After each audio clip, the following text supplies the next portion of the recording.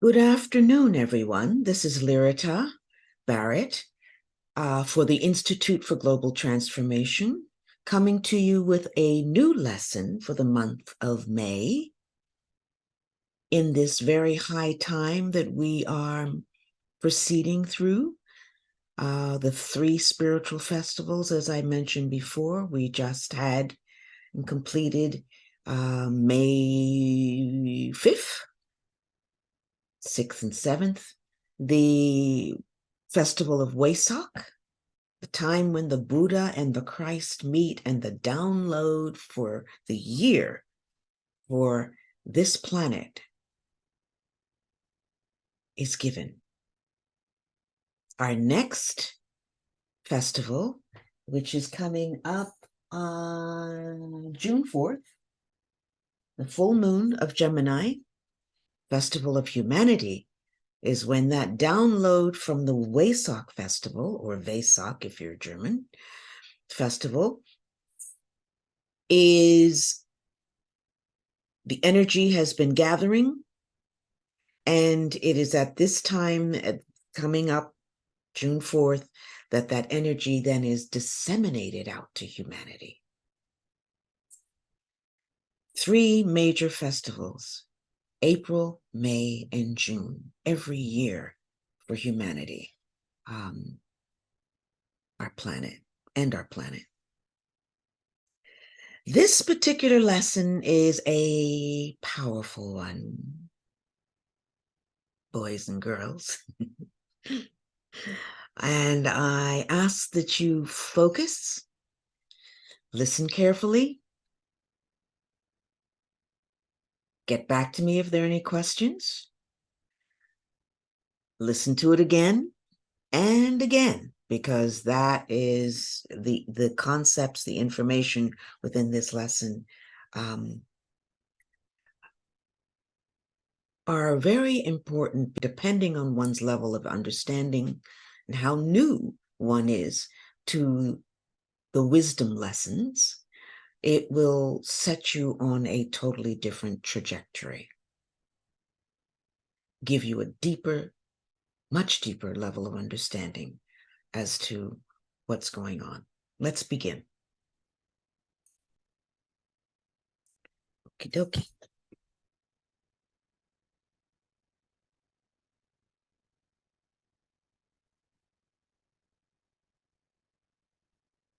As one of the 7 kingdoms within the body of this our planetary logos, or the planet itself, the consciousness of the planet itself, we, as humanity, are an integral part of that life in which we live, move, and have our being. But because we're encased within these individual, one of my teachers likes to call them meat suits, these individual bodies, we believe we are separate and unrelated to all that is around us. Thoughts like this limit our scope, bind us, and limit us from reaching or connecting with our true identity and our entire field of spiritual relationships. Because we think we enter this world alone, and that we leave this world also alone, in most cases, and because we live within the constructs or the mindset that we feel our thoughts and emotions are within our own jurisdiction, they're only here. That which is out there, all those around us, can't connect with what's actually going on in here because it's encased within us.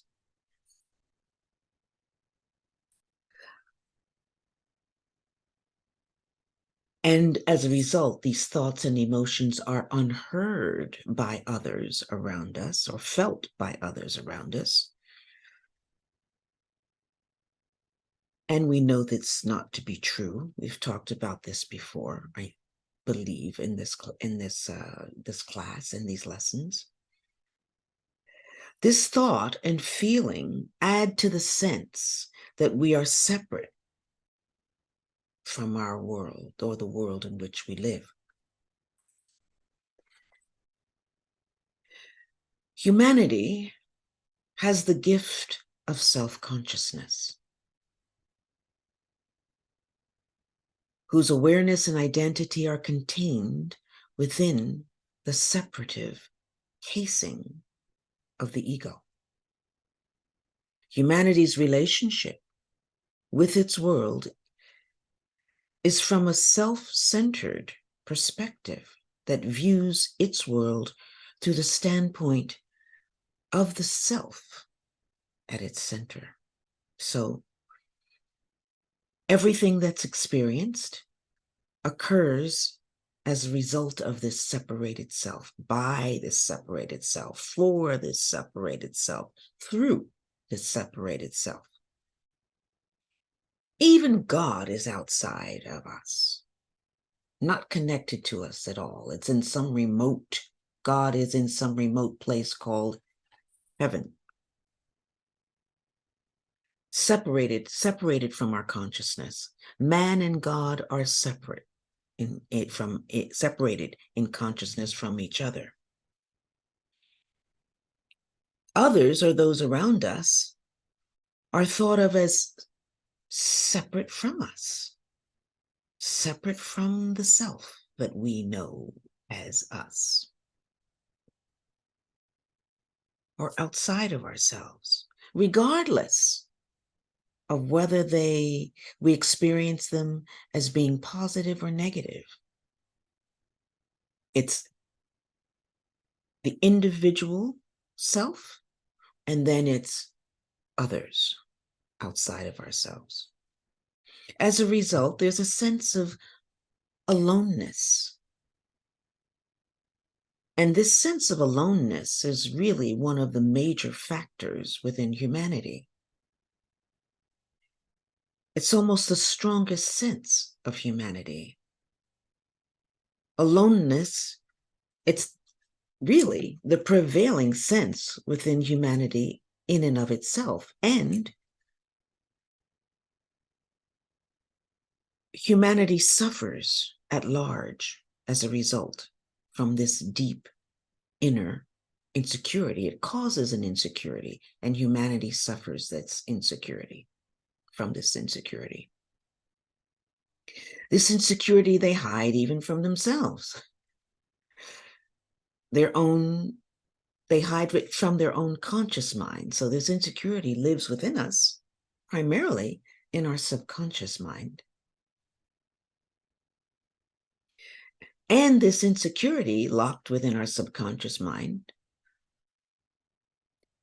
regulates and governs our lives, affecting our attitudes and our responses. Because of this lack of belief in anything outside of ourselves and our separateness from divinity itself, humanity at large views death as fear, as it views death fearfully. Humanity is limited in believing that once the body, thoughts, emotions no longer exist, then neither does existence. Okay, neither does life exist. And as a result, neither does God exist. But here's the truth of it all. Within it all, humanity is an integral part of the one life in which we live, move, and have our being. We do not enter this world alone, nor do we leave this world alone. As individuals, we are not separate from others. We are one with everything. If only we could arrive at the reality of the one life, we would be so much more fulfilled and have a greater sense of purpose.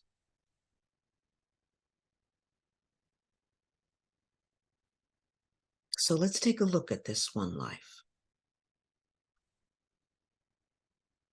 This one life of which we are all a part, indwells all forms from its cosmic center of origin. And this is written so beautifully, I'm simply going to quote it directly from the book itself, because it's the languaging is just, it says it all. It directs it directly into you so that you get it. This one life of which we are all a part, I'll start again, indwells all forms from its cosmic center of origin, giving each an identity and an expression of itself. It flows into and it focuses itself within the many stars which make up the cosmos, giving each the appearance of a life and affairs peculiarly its own. From the star, the one life flows into and focuses itself within the orbiting planets, so that each of these takes on the appearance of a life and affairs of its own. Thus, the solar system and planetary schemes come into being.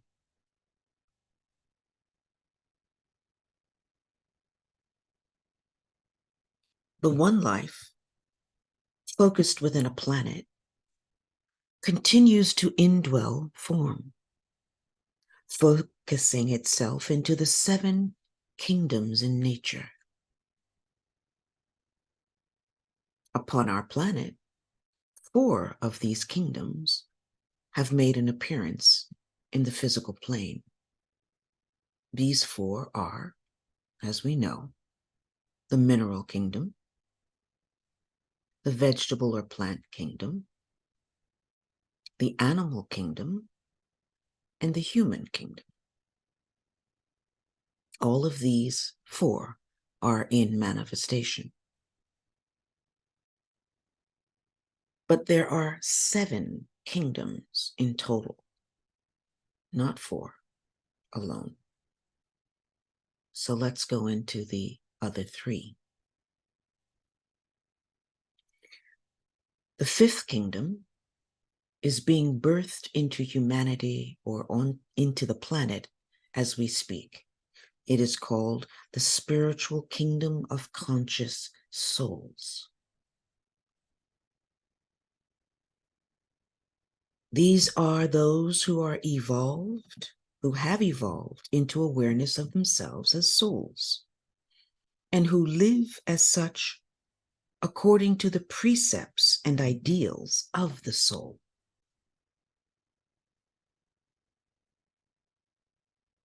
This kingdom is differentiated from the human kingdom by its superior intelligence, but also by its altruistic love. This kingdom, unlike the human kingdom, is group conscious.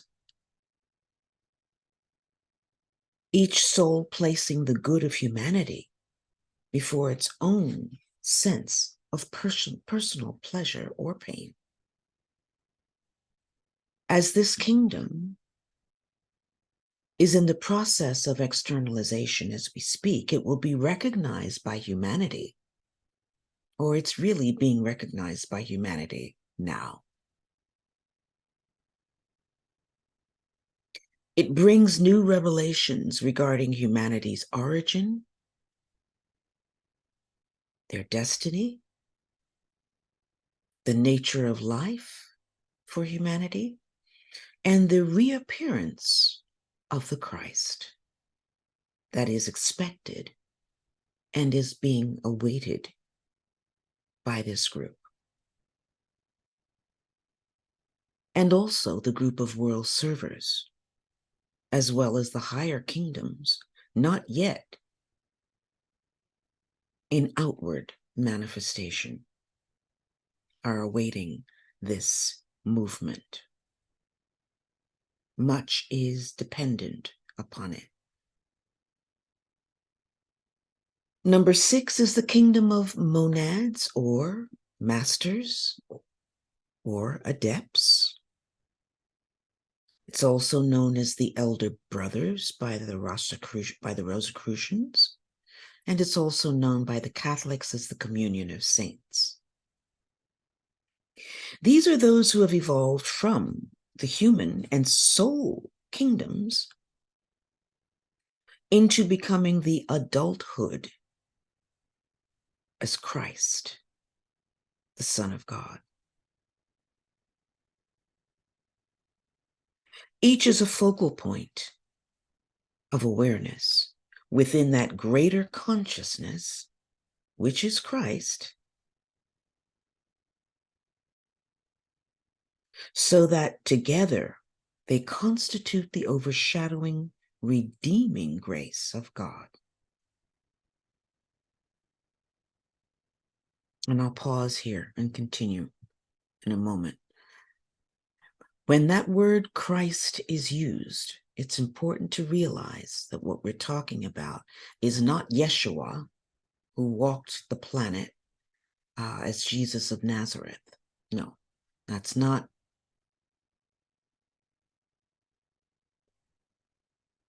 who we're talking about or what we're talking about. It's not a matter of who, it's a what. When we're talking about the Christ, we're talking about an office, a station, wherein, as you will see through this definition, many highly evolved souls sit or station within this office.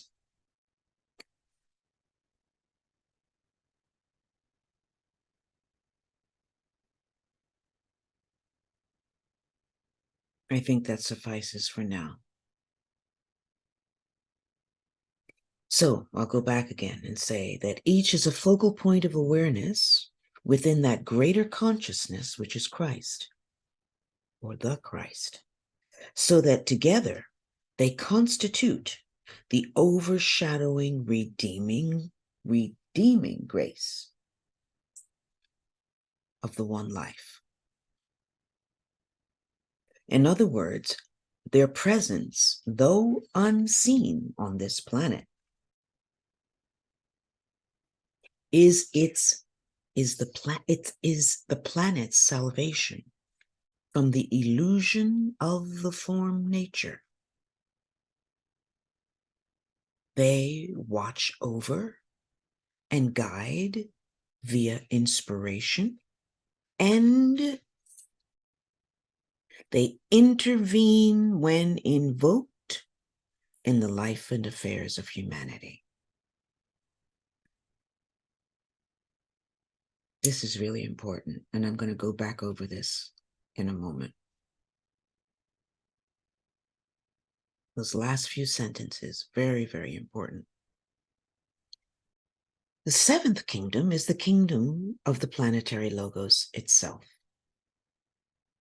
This is the center of consciousness within the planet, which includes within its awareness the consciousness of all lives therein. It is the planetary fathers whose directing will governs the life and affairs of the planet according to a known purpose and goal. From here, the will of God is impressed upon all substance rather, within the planetary ring pass not. Now, ring pass not is defined as the limits of one's range at any given level time. It's also defined as the vibratory frequency of light beyond which the consciousness of an organized life cannot pass. Eventually, via the process of evolution, each organized life pierces that ring pass not to join with that life to which it is related, its next level of awareness, its next dimension, of which it is to which it is related via a vertical and a horizontal alignment, or the equal arm cross. Okay, which is a symbol for our vertical alignment to divinity and our horizontal alignment out to humanity and this world in which we live, move, and have our being. Okay. And we, the consciousness, that which we call our soul, sits in that midway point. Okay. That's what we seek to be able to do. Sit within that midway point with our awareness attuned not only to that which is going on exteriorly around us, but highly connected, first and foremost, vertically. So that that which is ongoing within that divine connection, that sutratma, that antakarana within us is able to be mediated in a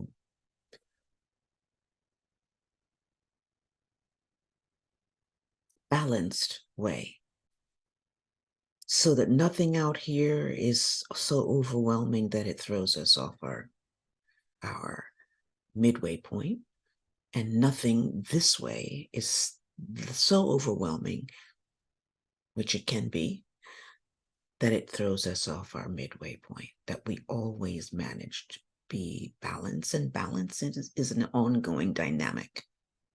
Okay. It's not a static thing. Balance is a dynamic thing. We're always seeking some level of balance. So,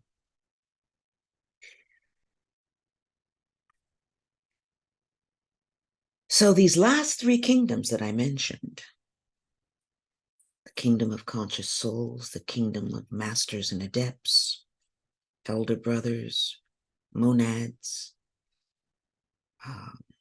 communion of saints, so to speak, can be called the Father's kingdom, or kingdoms in nature. And as we said, the fifth kingdom is coming online into manifestation. More and more and more of us are aware of our connection to that fifth kingdom and are working fastidiously and determinedly and persistently and lovingly with within that fifth kingdom.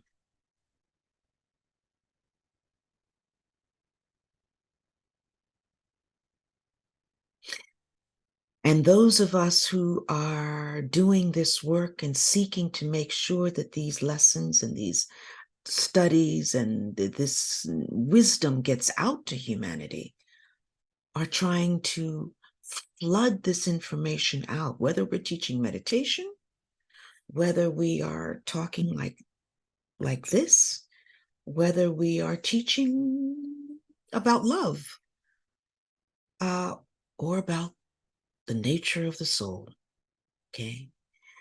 In whatever form it takes many forms, many ways. We are seeking to light up humanity.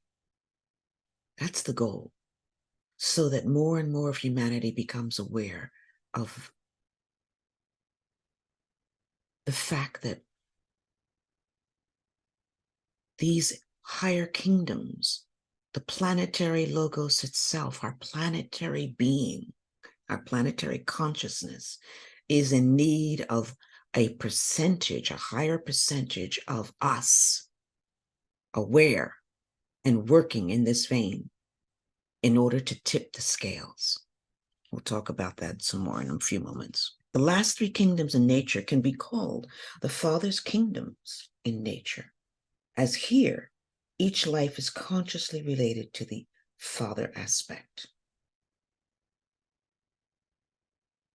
the highest levels of divinity. So let's take a moment and pause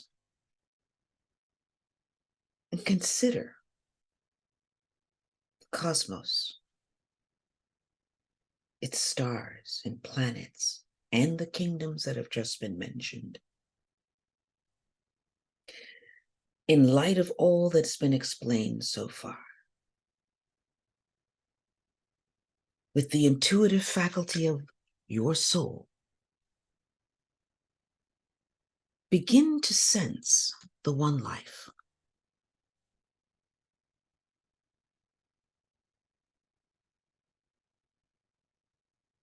Sense that this one life created all these forms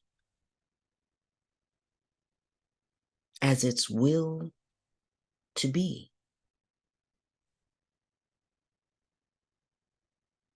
And that it impregnated its own pure intelligence and then poured itself in conscious awareness into these forms, the stars, the cosmos, the planets. And in doing so, it thus imprisoned a bit of itself, its own consciousness, that is, within each form.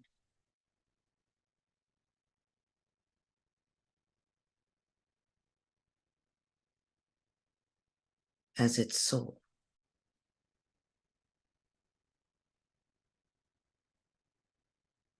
Yet, the one life still remains itself, did all that, does all that, and yet still remains itself in its own cosmic center of origin. God is both immanent and transcendent. Immanent in that God lives within us, and transcendent in that he is yet, or it is yet, beyond us. Humanity at large is a self-conscious animal, but that is changing radically as we speak, as the fifth kingdom of conscious souls is now being birthed into manifestation. As that is occurring, that means that more of humanity is coming online or becoming soul conscious. We are becoming more evidently spiritual beings, no matter what we think we see going on around us. The ratcheting up of energy is because the shift is occurring. And there is great resistance to our evolutionary growth. But energy does not like change. Substance, the energy in itself, once it becomes something, wants to stay that something, happy to stay that something, until a greater force comes to cause it to shift. And we are experiencing that greater force right now. Okay? It will resist change until that a greater force comes in and makes it shift. Okay?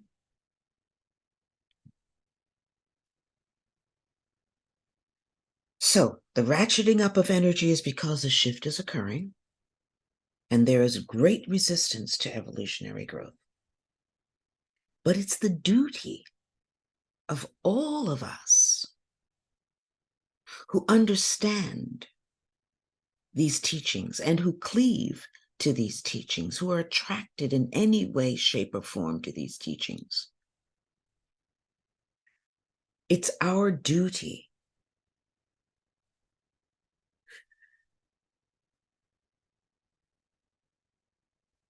while this shift is going on to reach up and call upon the higher kingdoms of the masters and adepts or monads or elders, hierarchy it's also called, whatever name you choose to call them, that we reach up and call upon these higher kingdoms to invoke their aid to intervene on behalf of humanity.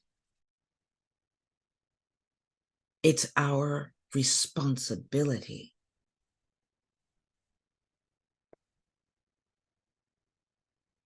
to call on these energies that are waiting for our invocative strength to reach up and say, help, we call upon you.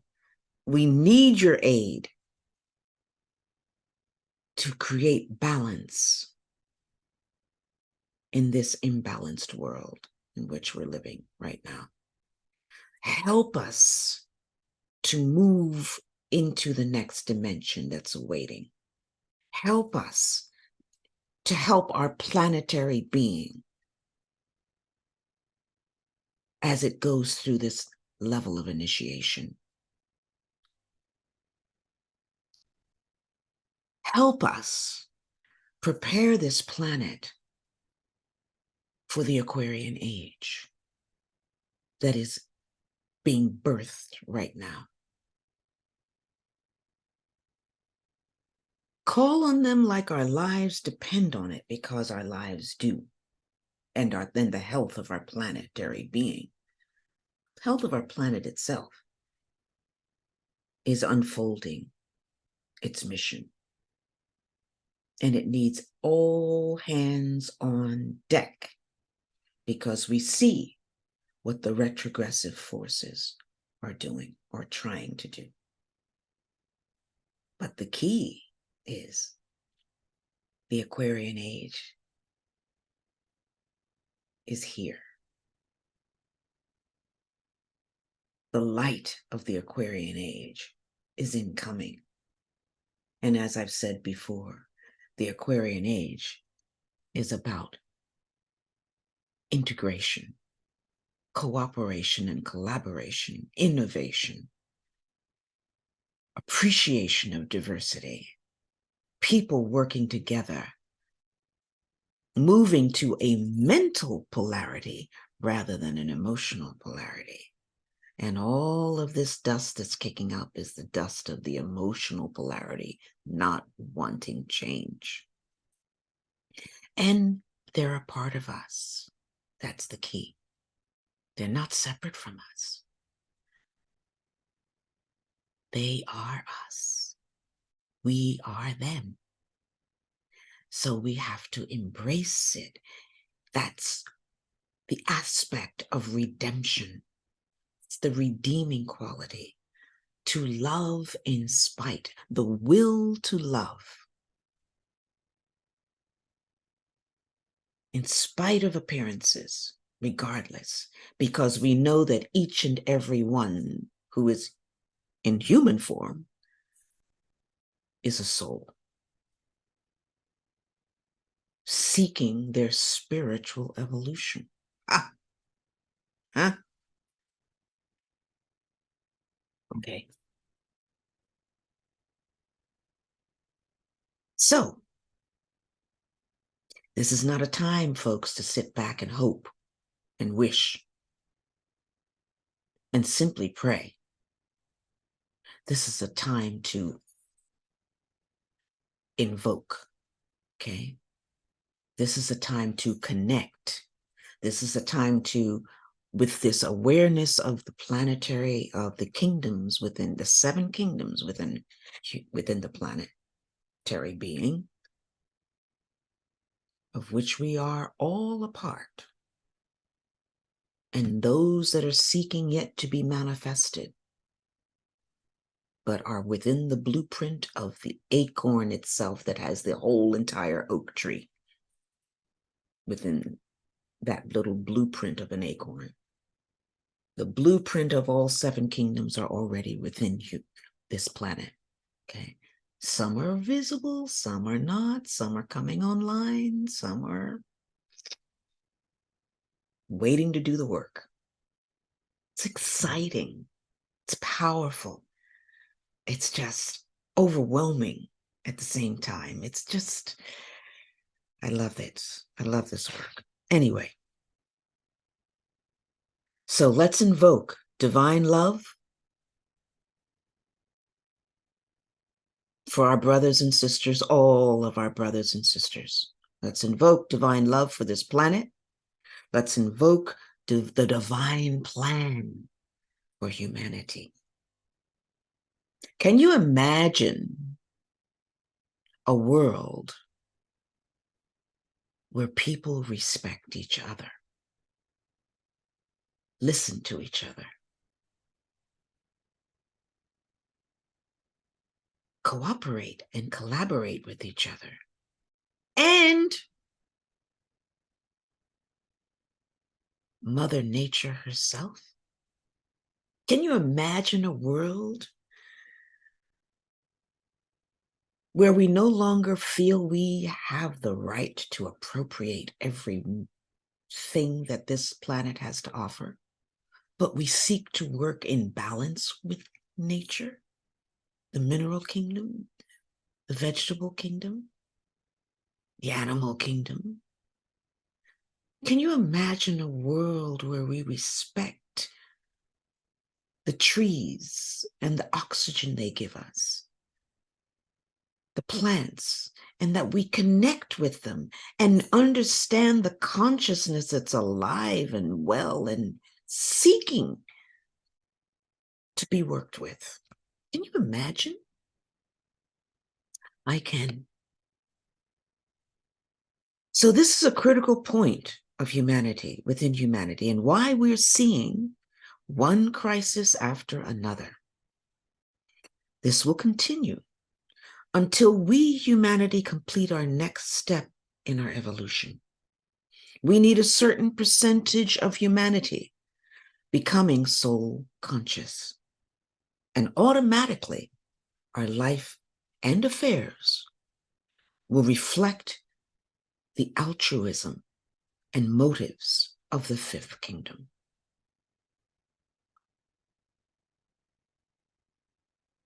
Bringing peace, love, cooperation, and respect.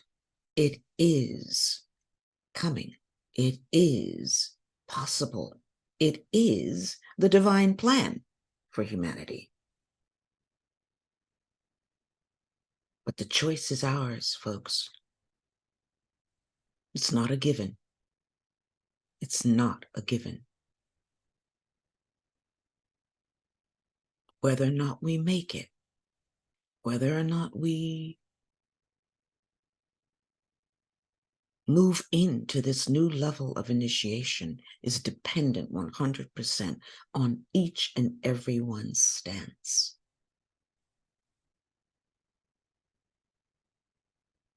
and sense of responsibility.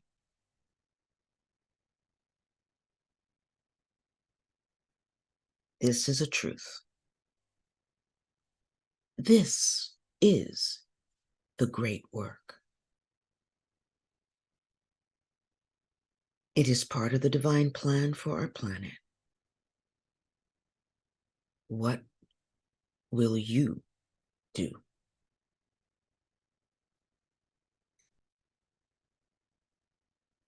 In conclusion, here's a new meditation exercise for you to stick with for a while, especially all those who have been consistently working with the mountain meditation that I gave a few months back. Okay? So, let me ask you to prepare for meditation. Take a deep breath.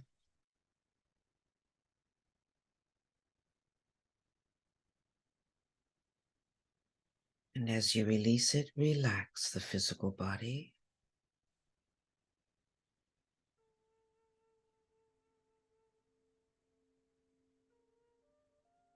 Ask your nervous system to relax the physical body and know that it will obey.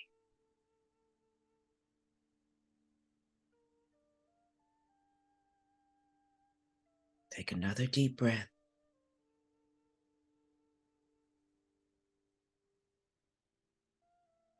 And as you release it, see the emotional or astral body feel the emotional astral body becoming calm and serene.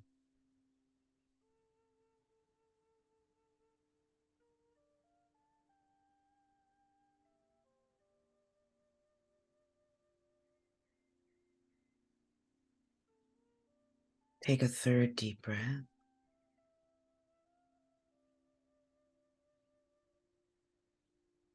And as you release it,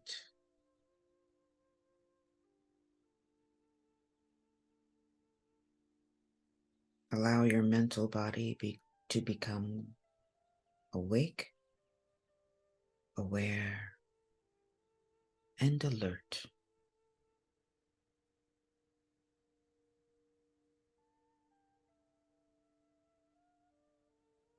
And visualize the tiny miniature of yourself, a tiny miniature of yourself.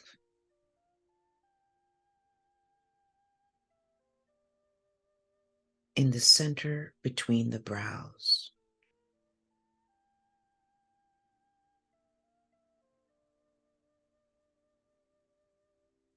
Make a tiny replica of yourself and see it seated between the brows.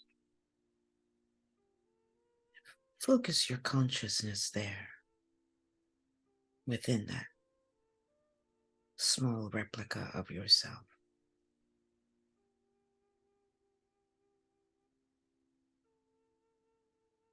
Poised in the head, in the ajna center between the brows.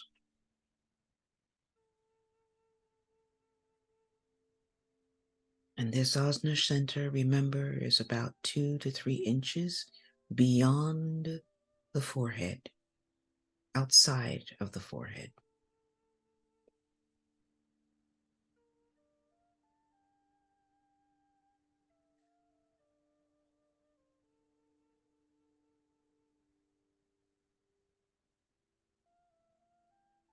Contemplate the following concept for a few minutes.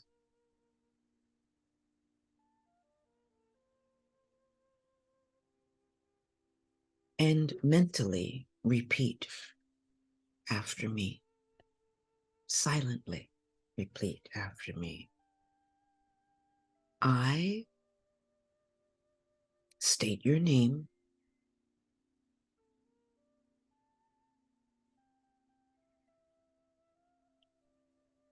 a son or daughter of God.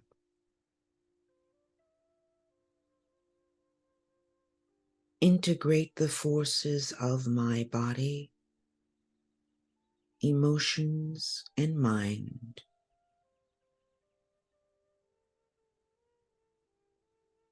to aspire to the Father's kingdom.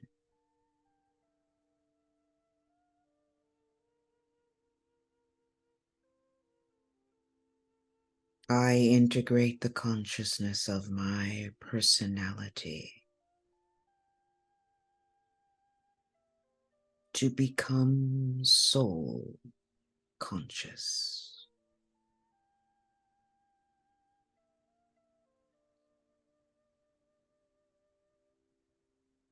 Then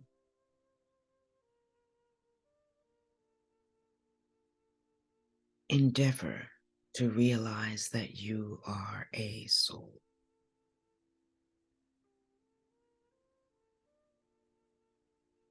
And as a soul, contemplate the one life of which you are a part. Contemplate the one life of which you are a part, drawing upon the memory of the concepts given in this lesson regarding it.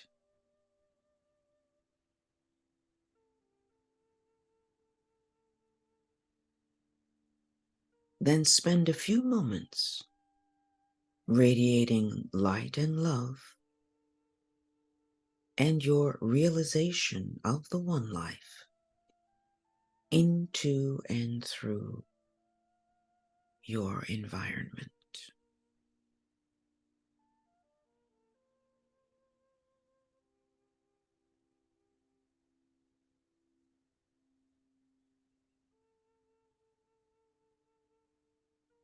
I'll go back over that again. Endeavor to realize that you are a soul.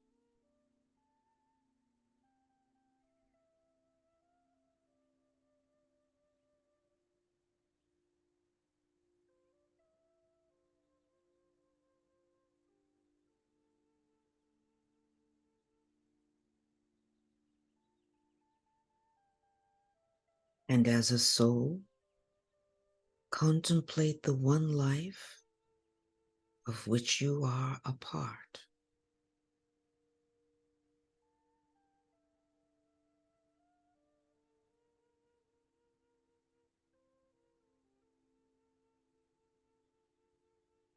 Draw upon the memory of the concepts given in this lesson regarding the one life.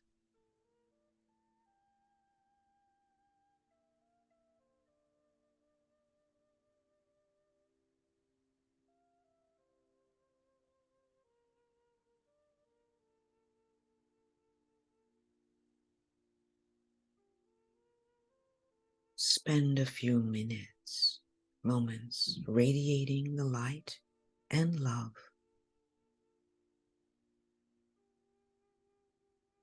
and your realizations of the one life into and through your environment.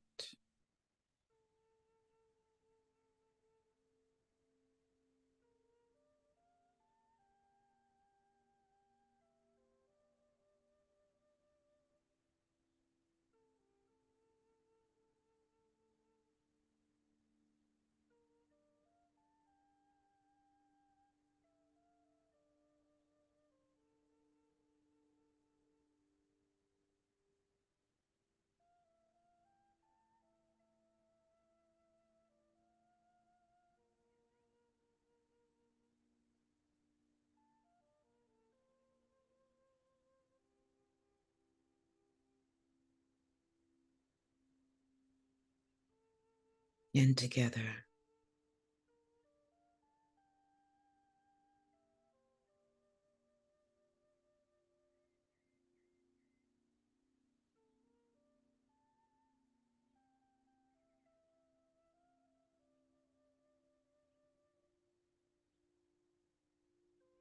Together we sound the Om.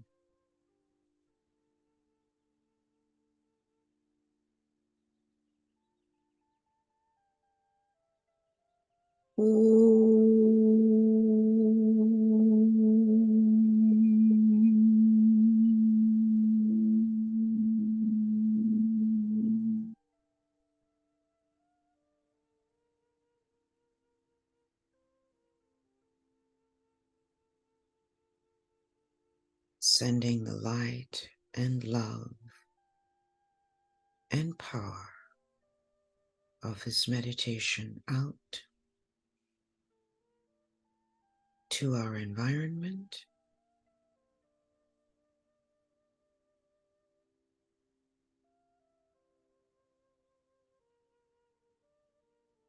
to humanity at large,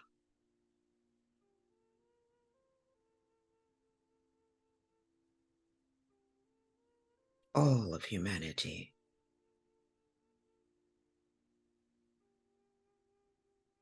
which includes those world group of servers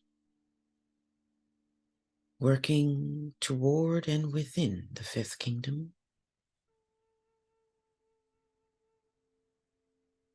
of conscious souls.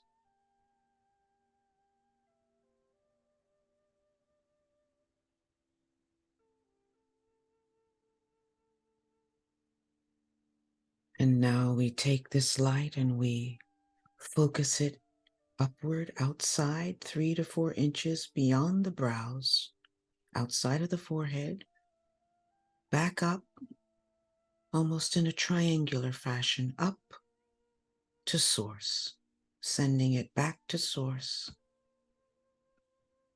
the energies.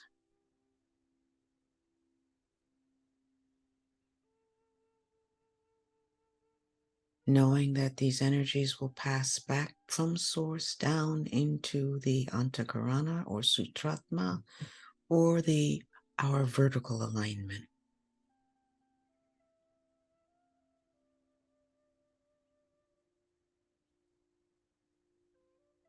Back to soul.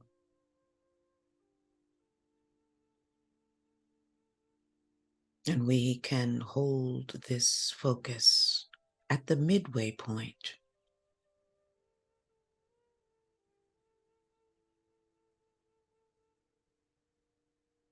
of being connected with our human kingdom and all kingdoms in nature.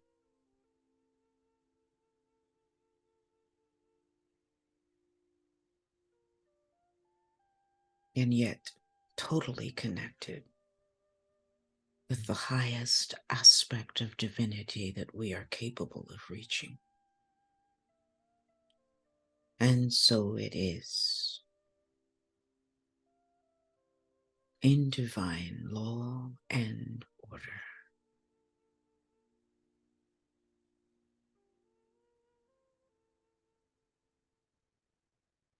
I thank all of you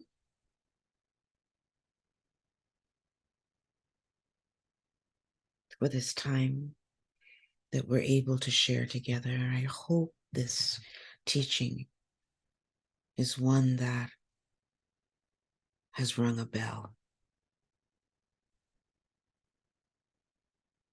a deciding moment. Share this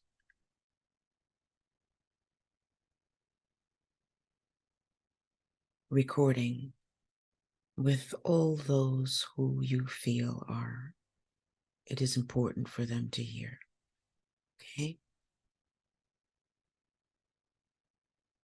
And stand with the Institute for Global Transformation in the work that it is seeking to do, because it's taking major steps in honor of the birth of this fifth kingdom coming online. We stand with you in love at this crucial time within our world, and know that you are not alone ever. And together we work. with much love. Take good care.